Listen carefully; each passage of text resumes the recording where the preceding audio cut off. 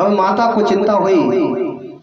देखिए, माताओं को ज्यादा डर किसी बात का नहीं, हमारा पुत्र डाकू बन जाए, हमारा पुत्र चोर बन जाए, हमारा पुत्र लुटेरा बन जाए, इस बात का डर नहीं है। बस माताओं को एक डर बहुत लगा रहता है, कहीं हमारा बच्चा बाबा ना बन जाए। बहुत डरती है जी, डरती है कि नहीं कि हमारा बच्चा कहीं बाबा नहीं बन जाए। कहीं देखा ज्यादा मंदिर जाने लगा, ज्यादा चंदन लगाने लगा, कहीं त्रिपुंड धारण करने लगा, तो माताओं के दिल में धक धक धक शुरू हो गई कि कहीं महाराज हमारा बच्चा बाबा बन गया तो जय जय श्री राधे। तो बाबा बनने की बड़ी दिक्कत होती है कि कहीं बाबा ना बन जाए, चोर बन जाए चलेगा, लुटेरा बन जाए चलेगा, लेकिन बाबा ना बन जाए, संत ना बन जाए, भक्त ना बन जाए। कभी अपने बच्चों को संस्कार देने की कोशिश नहीं करते कि बेटा मंदिर जाया कर। क्यों? क्योंकि बाबा बन जाएगा, राम जी को जानने लगेगा, सीता जी को जानने लगेगा, लक्ष्मण जी को जानने लगेगा, उनके समक्ष बैठे हुए हनुमान जी को जानने लगेगा। संस्कारी नहीं बन जाएगा, मंदिर जाएगा, कथाओं में आएगा, संस्कारी बन जाएगा। कथाओं में संस्कारी बनेगा कि नहीं बनेगा? बनेगा नहीं। लेकिन हम हमारे बच्चों को लाना ही पसंद नहीं करते। क्यों? बड़ी विडंबना है। अक्सर ये बात देखी जाती है, कथाओं में माताएं तो आ जाती है लेकिन उनके बच्चे नहीं आते। बच्चों को लाया करें, ये कथा बच्चों के लिए है। आपने तो अपनी जिंदगी जी ली, बच्चों को संस्कारी बनाओ, नहीं तो फिर वृद्ध आश्रम बहुत सारे खुले हैं, एक दिन सोच लेना वृद्ध आश्रम में आपकी भी सीट बुक है। ये सोच के रखना, जब तक राम के बारे में नहीं बताओगे, जब तक लक्ष्मण के बारे में नहीं बताओगे, जब तक सीता के बारे में नहीं बताओगे ना, तो ऐसे ही सास बहू लड़ती रहेंगी। क्योंकि सीता और कौशल्या के बारे में किसी को आपने बताया ही नहीं, अपनी बच्ची को नहीं बताया, आपने अपने बच्चे को नहीं बताया कि बेटा राम जैसा संस्कारी बन, जो पिता की एक आज्ञा पाकर जो बन चला गया। बेटा बहू भी बनना है तो सीता जैसी बन, जो नित्य उठकर अपने सास ससुर के पैरों को छूती थी। आज की बहुएं छूती हैं।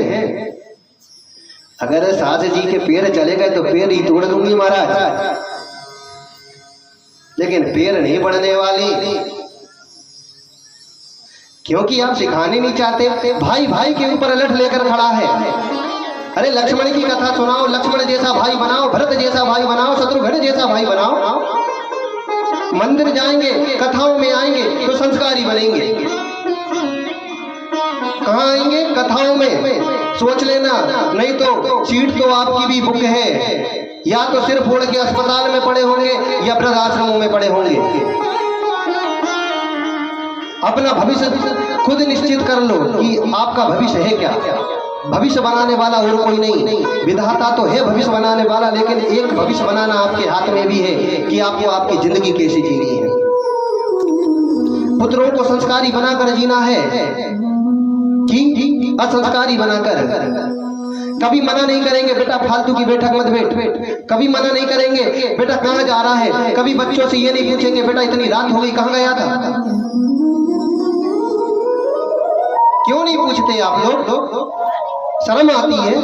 अरे बच्चों का ध्यान रखा करो, देखा करो, और कम से कम हफ्ते में एक बार तो बच्चे का मोबाइल भी चेक करा करो, बैग भी चेक करा करो कि कहीं हमारा बच्चा गलत संगति में तो नहीं जा रहा, कहीं रासरी गुटखा इत्यादि तो नहीं रखा है बैग में, कहीं गलत संगतियों में तो नहीं पड़ रहा है। चेक करो, थोड़ा समझो, बच्चों के साथ बैठा करो। काम धंधे तो बहुत आएंगे, अगर बच्चा असंस्कारी निकल गया तो नर्क जैसा जीवन बीतेगा। नर्क से बचो। बच्चों को कोशिश करो कि ज्यादा से ज्यादा हम संस्कार दे पाए, जितना हो सके उनसे संस्कारी बात करो। हमारे जो बुजुर्ग थे ना, आप लोगों ने भी देखा होगा, हर घर में पहले रामायण पढ़ी जाती थी, चौपाई और रामायण की पढ़ाई जाती थी। बच्चे जाके बुजुर्गों के पास बैठ जाते थे और रामायण पढ़ाई जाती थी। लेकिन आजकल के लोग रामायण में तो धूला पड़ी है। अगर किसी के यहाँ से रामायण उठा के देख ली जाए और झटका दिया जाए तो उसमें से आधा किलो तो धूला गिर जाएगी।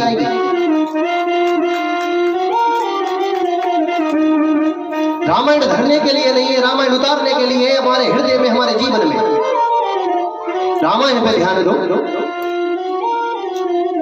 श्रीमद् भागवत कथा घर में रखने के लिए नहीं है, श्रीमद् भागवत कथा सुनने के लिए है। जितने भी पुराण है, जितने भी उपनिषद है, आपके कल्याण के लिए ही बनाए हैं। कोई भी प्रवक्ता मंच पे से कोई गलत बात नहीं कहता, कोई गलत संस्कार नहीं देता, सिर्फ मानव सुधार के लिए यही संस्कार देता है कि कम से कम तुम मानव तो बन जाओ। कब तक राक्षस बने रहोगे?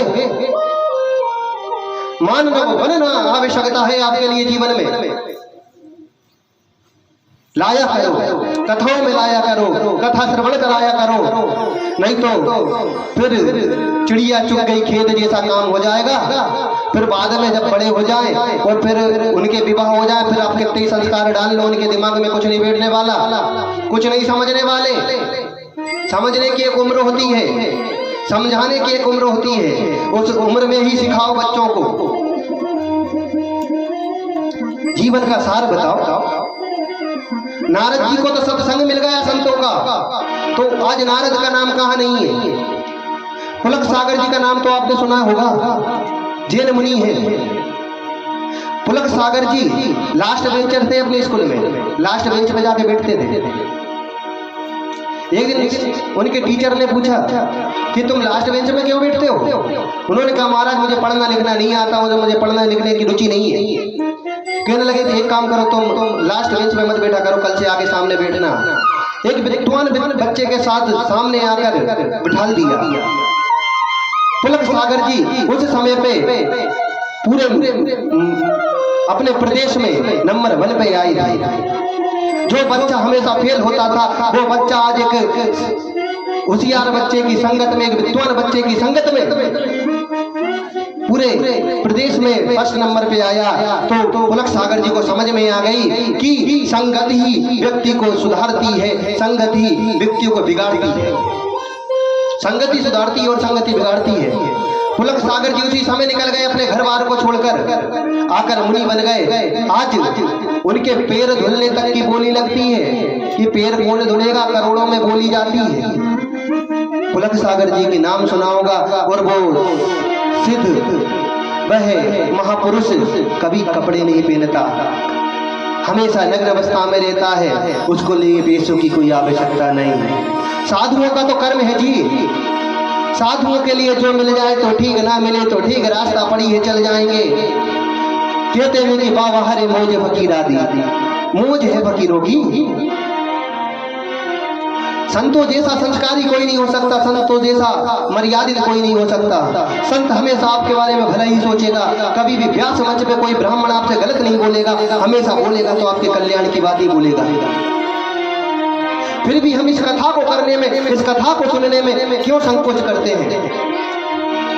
विचार करो, सुधारो अपने आप को, अपने बच्चों को सुधारो। रामायण अगर घर में रखी है तो रामायण को खोलना पुनः प्रारंभ करो। हमें एक अलग जलगानी पड़ेगी। बस लोग बात कहते तो हैं कि आजकल की पीढ़ी बहुत असंस्कारी बनी जा रही है। असंस्कारी क्यों नहीं बनेगी? संस्कार आपको डालना ही नहीं आता। संस्कार डालना सिखाओ। पुनः एक अलग जगा लो, एक दीपक जला लो कि हमारे लिए रामायण प्रतिदिन घर में पढ़नी है। चाहे आधी चौपाई पढ़ो और आधी चौपाई का अर्थ जानो।